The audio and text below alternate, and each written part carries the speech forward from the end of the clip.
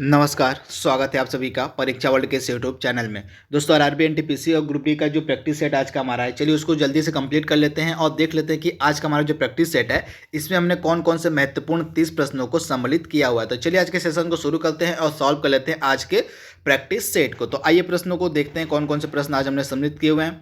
तो पहला इंपॉर्टेंट प्रश्न हमारा है, महावीर जैन की जो मृत्यु थी वह किस नगर में हुई थी। काफ़ी इंपॉर्टेंट प्रश्न है।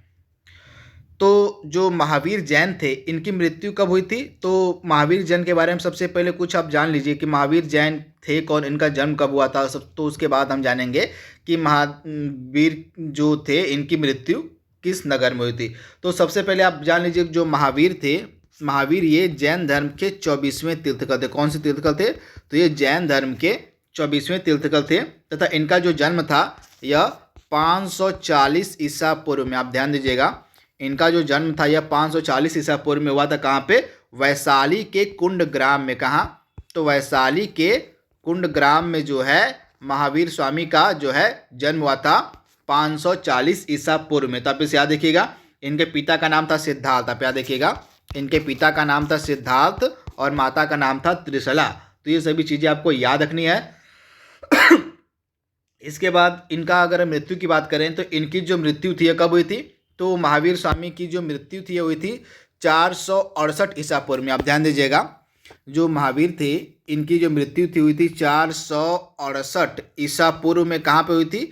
तो इनकी मृत्यु हुई थी पावापुरी में। कहाँ? तो पावापुरी में जो है इनकी मृत्यु हो गई थी 468 ईसा पूर्व में। यह जो पावापुरी नामक जगह है ये आपको मिलेगी राजगीर के निकट। राजगीर के निकट जो है यह पावापुरी नामक जगह है जहाँ पे महावीर स्वामी की मृत्यु हुई थी 468 ईसा पूर्व में। तो आप इसे याद रखिएगा, काफ़ी इंपॉर्टेंट प्रश्न है। इसके बाद अगला इंपॉर्टेंट प्रश्न हमारा क्या कह रहा है, महावीर स्वामी के प्रथम शिष्य कौन थे। काफ़ी इंपॉर्टेंट प्रश्न है। तो महावीर स्वामी के प्रथम शिष्य कौन थे? तो ये थे जमाली। यानी राइट आंसर आपका हो जाएगा जो जमाली थे ये महावीर स्वामी के क्या थे। तो ये महावीर स्वामी के प्रथम शिष्य थे। आप याद रखिएगा, महावीर स्वामी के जो प्रथम शिष्य थे ये हुए थे जमाली। अगला इंपॉर्टेंट प्रश्न हमारा है, महात्मा बुद्ध का महापरिनिर्वाण कहाँ हुआ था।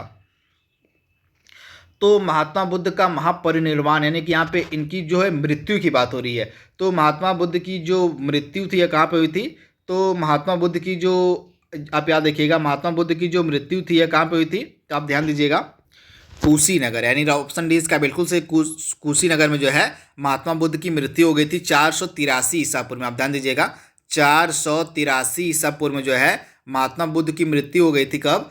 ईसा पूर्व में जो है महात्मा बुद्ध की मृत्यु हो गई थी। कहाँ पे? कुशीनगर में। तो आप इसे ध्यान दीजिएगा। इसके साथ इनकी मृत्यु को जो है महापरिनिर्वाण कहा जाता है। आप ध्यान दीजिएगा, महात्मा बुद्ध की मृत्यु को जो है महापरिनिर्वाण कहा जाता है तथा इनकी मृत्यु जो हुई थी इसके लिए जो प्रतीक चिन्ह है, महापरिनिर्वाण के लिए जो प्रतीक चिन्ह इस्तेमाल में लाया जाता है वो लाया जाता है स्तूप है। आप ध्यान दीजिएगा, महात्मा बुद्ध के महापरिनिर्वाण के लिए जो है जो प्रतीक चिन्ह इस्तेमाल में लाया जाता है वह स्तूप लाया जाता है। तो इसे भी आप ध्यान दीजिएगा। वहीं अगर महात्मा बुद्ध के जन्म की बात करें तो इनका जो जन्म हुआ था 563 ईसा पूर्व में हुआ था। 563 ईसा पूर्व में महात्मा बुद्ध का जन्म हुआ था। कहाँ पे? तो लुम्बिनी नामक जगह पे जो है महात्मा बुद्ध का जन्म हुआ था। तो आप इसे याद रखिएगा। तथा महात्मा बुद्ध के जन्म के लिए जो प्रतीक चिन्ह इस्तेमाल में लाया जाता है उसको हम कमल कहते हैं। तो कमल जो प्रतीक चिन्ह है यह महात्मा बुद्ध के जन्म के लिए इस्तेमाल में लाया जाता है। तो इसे भी आप ध्यान दीजिएगा। वहीं महात्मा बुद्ध को ज्ञान की प्राप्ति कहाँ पे हुई थी। तो महात्मा बुद्ध को ज्ञान की प्राप्ति हुई थी कहाँ पे। तो आप ध्यान दीजिएगा, इनको ज्ञान की प्राप्ति हुई थी बोधि वृक्ष के नीचे। कहाँ पे? बोध गया में एक बोधि वृक्ष है, इसी के नीचे जो है इनको ज्ञान की प्राप्ति हुई थी तथा इनको ज्ञान की प्राप्ति को निर्वाण कहते हैं। क्या कहते हैं? इनको जब ज्ञान की प्राप्ति हुई थी तो उस ज्ञान की प्राप्ति को निर्वाण कहते हैं तथा इनको जो निर्वाण था यह बोध गया में बोधि वृक्ष के नीचे प्राप्त हुआ था। तथा निर्वाण यानी कि ज्ञान की प्राप्ति के बाद इन्होंने अपना जो पहला उपदेश था कहाँ पे दिया था। तो इन्होंने अपना जो पहला उपदेश था यह दिया था सारनाथ में। कहाँ पे? सारनाथ में इन्होंने अपना पहला उपदेश दिया था तथा इनके पहले उपदेश को क्या कहा जाता है। तो महात्मा बुद्ध के पहले उपदेश को कहा जाता है धर्म चक्र परिवर्तन। क्या कहा जाता है? तो धर्म चक्र परिवर्तन कहा जाता है महात्मा बुद्ध के पहले उपदेश को। तो आप इसे ध्यान दीजिएगा। वहीं जो महात्मा बुद्ध थे इन्होंने अपना जो उपदेश था इन्होंने जो जितने भी उपदेश हैं पाली भाषा में दिए। ये भी कई बार एग्जाम प्रश्न पूछा जाता है। तो महात्मा बुद्ध ने अपने सभी उपदेश पाली भाषा में दिए हैं। तो इसे भी आप ध्यान दीजिएगा। तथा जो बुद्ध धर्म के त्रिरत्न हैं ये कौन कौन से हैं। तो बुद्ध धर्म के त्रिरत्न है बौद्ध धर्म के, ये हैं बुद्ध, धम्म और संघ, ये 3 त्रिरत्न, इन्हें भी आप ध्यान दीजिएगा। तथा एक चीज़ और बार बार एग्जाम में पूछी जाती है कि महात्मा बुद्ध जो थे इन्होंने अपना जो सर्वाधिक उपदेश था कहाँ पे दिया था। तो महात्मा बुद्ध ने अपना सर्वाधिक उपदेश दिया था श्रावस्ती में। कहाँ पे? तो श्रावस्ती में जो है महात्मा बुद्ध ने अपना सर्वाधिक उपदेश दिया था। अगला इंपॉर्टेंट प्रश्न हमारा है, त्रिपिटक किसकी धार्मिक पुस्तक है? तो त्रिपिटक जो है बौद्ध धर्म की धार्मिक पुस्तक है। तो ऑप्शन डी इसका बिल्कुल सही है, बौद्ध धर्म। शाह आलम द्वितीय ने ईस्ट इंडिया कंपनी को बंगाल, बिहार और उड़ीसा की दीवानी कब प्रदान की?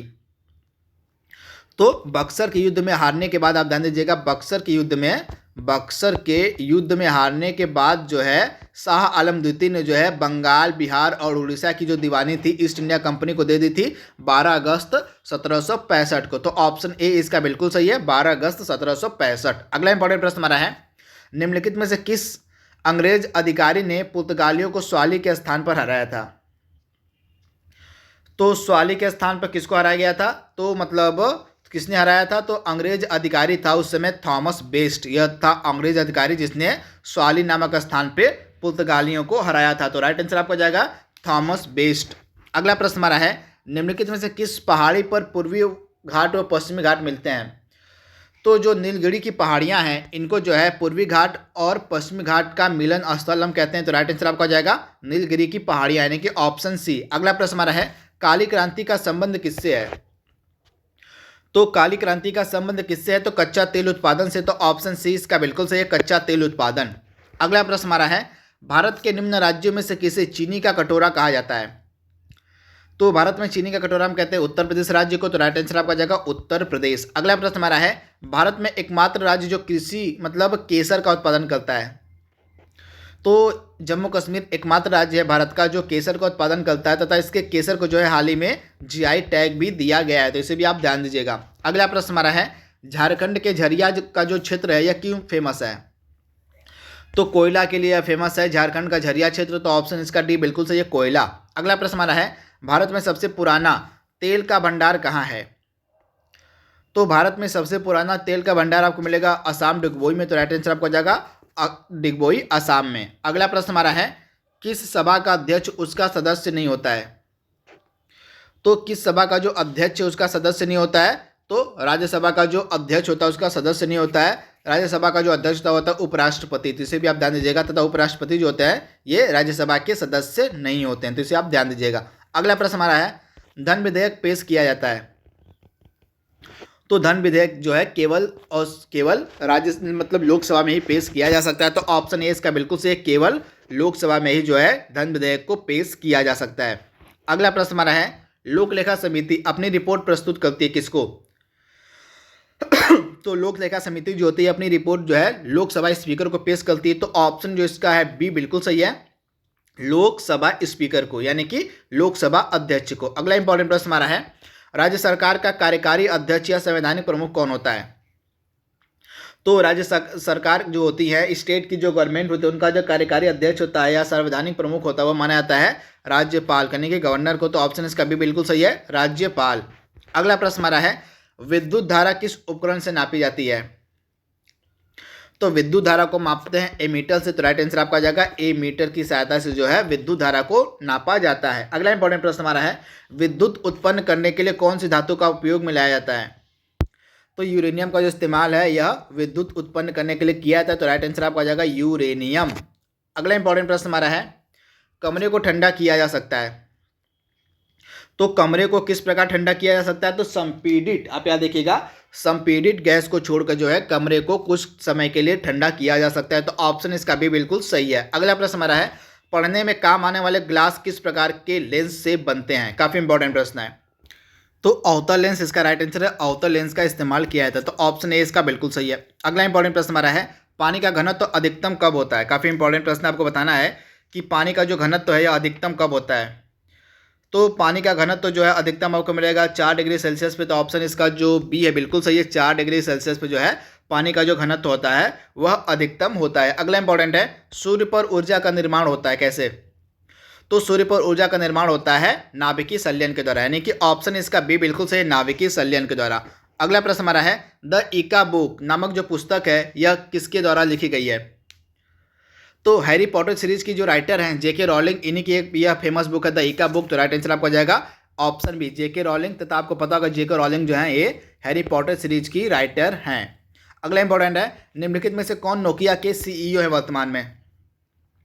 तो नोकिया के वर्तमान में सीईओ कौन है? तो पेक्का लुंडमार्क, यानी कि ऑप्शन बी इसका बिल्कुल से पेक्का लुंडमार्क जो है वर्तमान में सीईओ हैं नोकिया के। अगला इंपॉर्टेंट प्रश्न हमारा है हाल ही में चौथा वैश्विक आयुर्वेद महोत्सव का आयोजन जो है कहाँ पे किया गया? तो हाल ही में जो चौथा वैश्विक आयुर्वेद महोत्सव है इसका आयोजन किया गया कोच्चि में। तो राइट आंसर आपका जाएगा कोच्चि में। अगला प्रश्न हमारा है मियाओ बूम रिजर्व फॉरेस्ट किस राज्य में स्थित है? तो यह जो मियाओ बूम रिजर्व फॉरेस्ट आपको मिलेगा अरुणाचल प्रदेश राज्य में। तो ऑप्शन ए इसका बिल्कुल सही है अरुणाचल प्रदेश। अगला इंपॉर्टेंट प्रश्न हमारा है हाल ही में भारत की पहली डॉल्फिन वेधशाला कहाँ बनाई गई है? तो भारत का पहला जो डॉल्फिन ऑब्जर्वेटरी है बनाई गई है कहाँ पे? बिहार के भागलपुर में। कहाँ? तो बिहार के भागलपुर में जो है भारत की पहली जो है डॉल्फिन ऑब्जर्वेटरी बनाई गई है। आज का लास्ट प्रश्न, अगला प्रश्न हमारा है गुल मकई निम्न में से किसकी बायोग्राफी है? तो यह गुल मकई जो है किसकी बायोग्राफी है? तो मलाला यूसुफजई की बायोग्राफी का नाम है गुल मकई। अगला प्रश्न हमारा है विश्व तंबाकू दिवस प्रतिवर्ष कब मनाया? विश्व तंबाकू निषेध दिवस प्रतिवर्ष कब मनाया जाता है? तो प्रतिवर्ष जो है 31 मई के दिन, प्रतिवर्ष जो है 31 मई के दिन जो है विश्व तंबाकू निषेध दिवस को मनाया जाता है। तो ऑप्शन जो इसका बी है बिल्कुल सही है। आज का लास्ट प्रश्न हमारा है निम्न में से किस कंपनी के द्वारा सोडार नामक सोशल डिस्टेंसिंग एप्लीकेशन को बनाया गया है? तो यह जो सोशल डिस्टेंसिंग एप्लीकेशन है सोडार, इसको बनाया गया है गूगल के द्वारा। तो ऑप्शन बी इसका बिल्कुल सही है गूगल। तो दोस्तों आज का हमारा जो प्रैक्टिस सेट था उसको हमने कंप्लीट कर लिया है। जल्दी से हम एक और प्रैक्टिस सेट आपको जल्द से जल्द उपलब्ध करवाएंगे। तब तक के लिए thank you, thanks for watching, thank you.